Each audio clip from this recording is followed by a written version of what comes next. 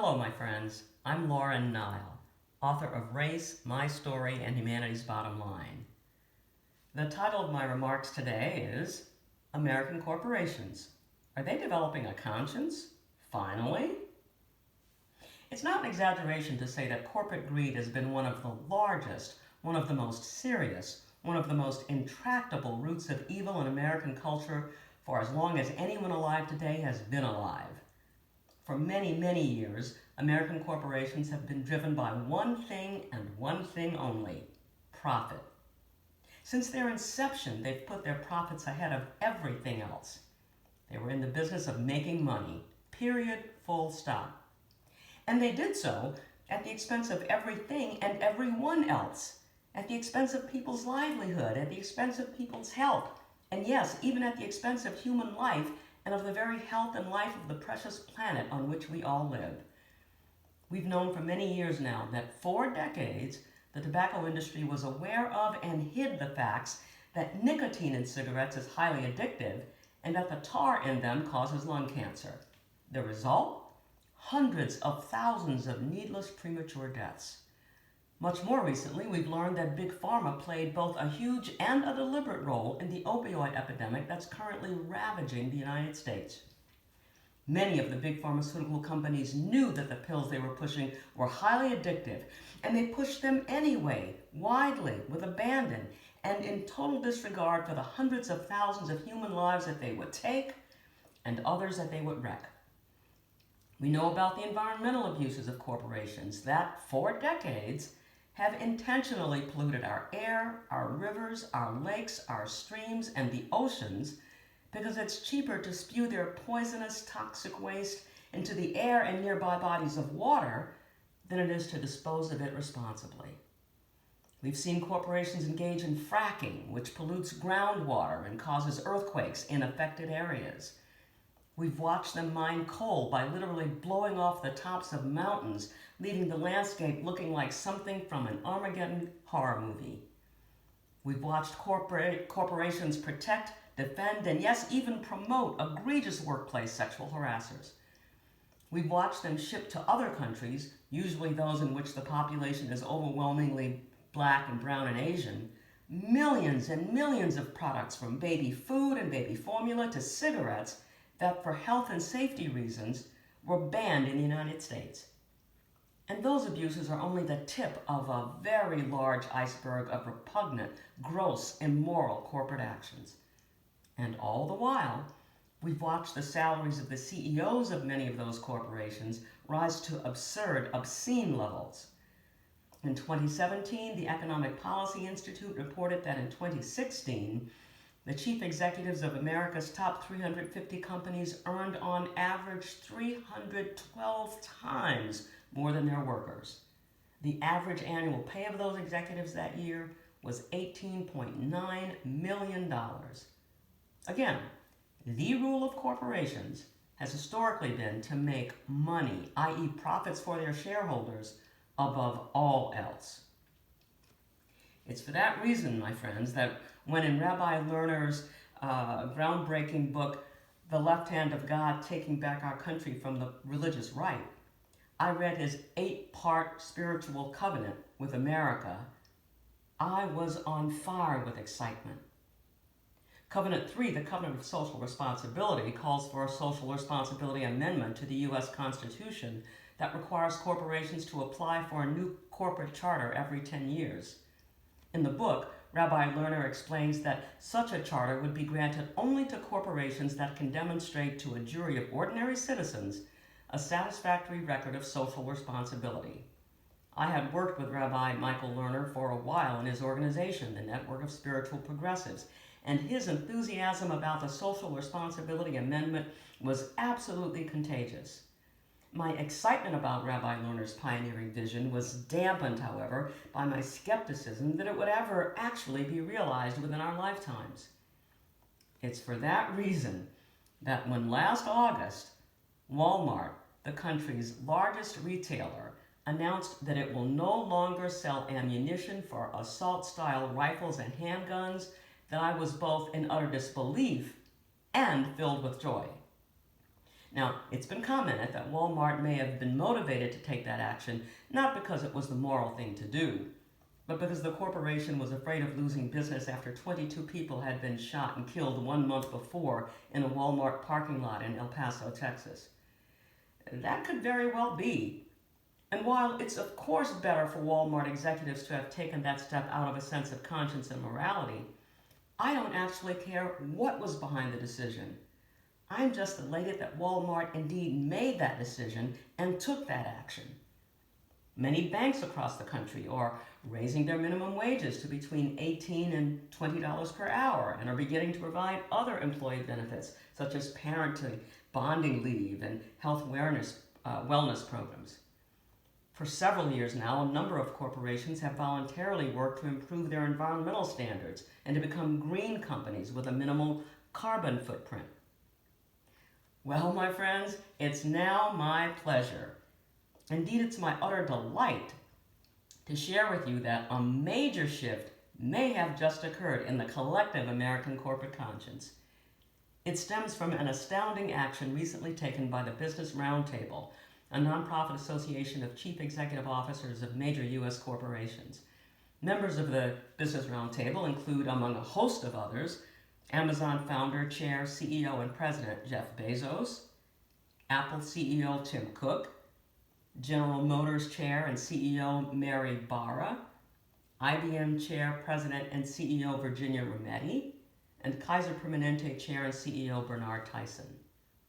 On August 19th of this year, 2019, the Roundtable formally announced the release of a new statement on the purpose of a corporation.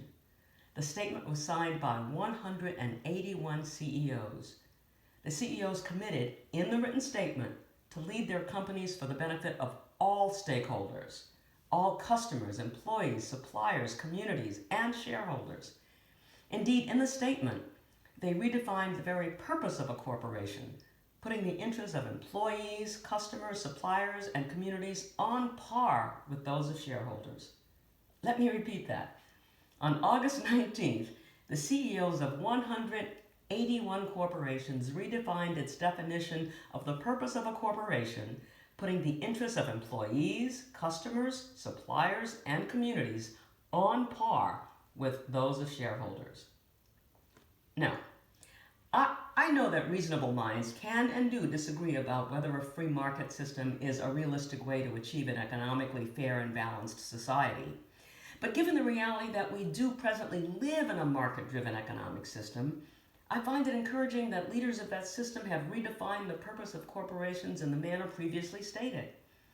Specifically, the Business Roundtable's new statement on the purpose of a corporation reads in part as follows: Americans deserve an economy that allows each person to succeed through hard work and creativity and to lead a life of meaning and dignity.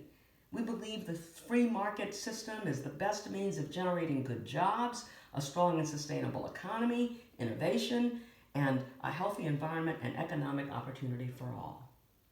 While each of our individual companies serves its own corporate purpose, we share a fundamental commitment to all of our stakeholders. We commit to, and there are 5 things. 1, delivering value to our customers. We will further the tradition of American companies leading the way in meeting or exceeding customer expectations. 2, investing in our employees. This starts with compensating them fairly and providing important benefits. It also includes supporting them through training and education that help develop new skills for a rapidly changing world. We foster diversity and inclusion, dignity and respect. 3, dealing fairly and ethically with our suppliers. We are dedicated to serving as good partners to other companies, large and small, that help us meet our missions. 4, supporting the communities in which we work. We respect the people in our communities and protect the environment by embracing sustainable practices across our businesses. 5, generating long-term value for shareholders who provide the capital that allow companies to invest, grow, and innovate. We are committed to transparency and effective engagement with shareholders. Each of our stakeholders is essential. we commit to deliver value to all of them for the future success of our companies, our communities, and our country.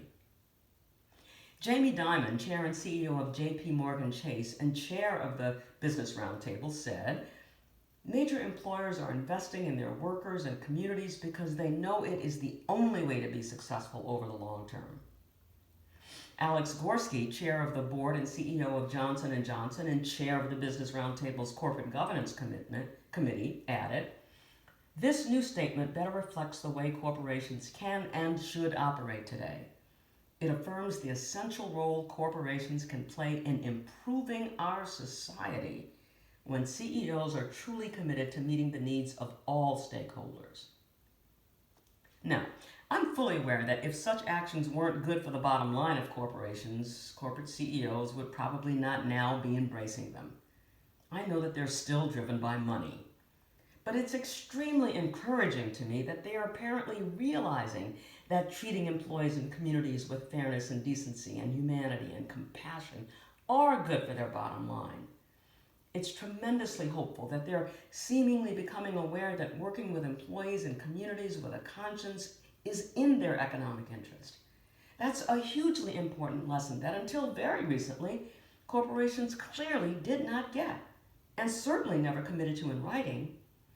I am excited that they seem to be getting it now. The significance of this apparent evolution of the conscience of American corporations cannot be overstated. It has dramatic potential for the future of societies and, of course, for our planet. Now, I know that it's extremely ironic that now, today, in this era of Trump, corporations seem to be on the verge of a new threshold, one based on conscience and based on integrity. I know that only time will tell whether the members of the Business Roundtable will actually follow through with the principles of their new statement of purpose. But if they do, my fervent hope is that their actions will be the start of an avalanche of similar actions that will be taken by leaders in many institutions across our nation and indeed across the world. We know that the darkest minute of the night is just before dawn. We know that in water, it's hitting the bottom that often allows us to propel ourselves to the top. Perhaps this era of Trump is our darkest point, our bottom. Perhaps the CEO members of the Business Roundtable are now able to see in Trump what a personality disorder characterized by an extreme level of narcissistic, amoral, ego-driven thinking and behavior looks like in a single human being. Maybe, just maybe, they were able to see how ugly, cruel, and malignant their prior way of doing business really was. Maybe this era of Trump has caused them to take a good, long, honest look in the mirror. And maybe, just maybe, they were disgusted by what they saw. We may now be on the verge of seeing some part of Rabbi Lerner's vision of a covenant of social responsibility for America come to fruition. If so, we are all significantly better off for it.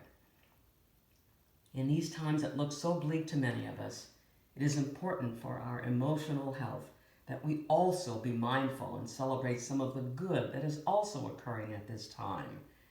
My fervent, my sincere hope is that the Business Roundtable's new statement on the purpose of a corporation proves to be not merely words, but truly a groundbreaking force for good that we can indeed celebrate during these distressing times. If so, the result can literally change the world.